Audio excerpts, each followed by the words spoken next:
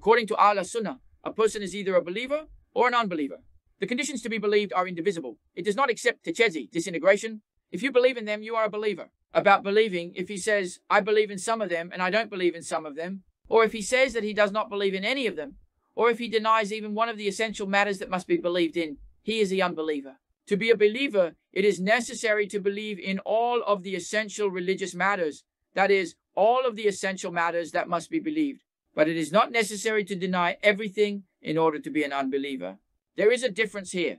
To deny even one of them is unbelief instead of denying them all. But believing in one is not a substitute for believing in all of them. Understand them well and understand them correctly. The belief of Sunnah is in this direction. For example, a man is not considered a believer in the afterlife by saying that he believes in Allah. He must also believe in the afterlife. By saying that he believes in the Prophet does not mean that he believes in angels. He also has to believe in angels. Saying that one believes in prophets does not mean that one believes in books. He must also believe in the books as he believes in the prophets. For example, if he denied one of the prophets, we now believe in all of the prophets. But the Jews believe in Musa alayhi salam. They do not believe in Isa alayhi salam. They do not believe in Muhammad, peace be upon him, either. Christians believe in Musa alayhi salam. They believe in Isa alayhi salam. They don't believe in Rasulullah. So what do they become?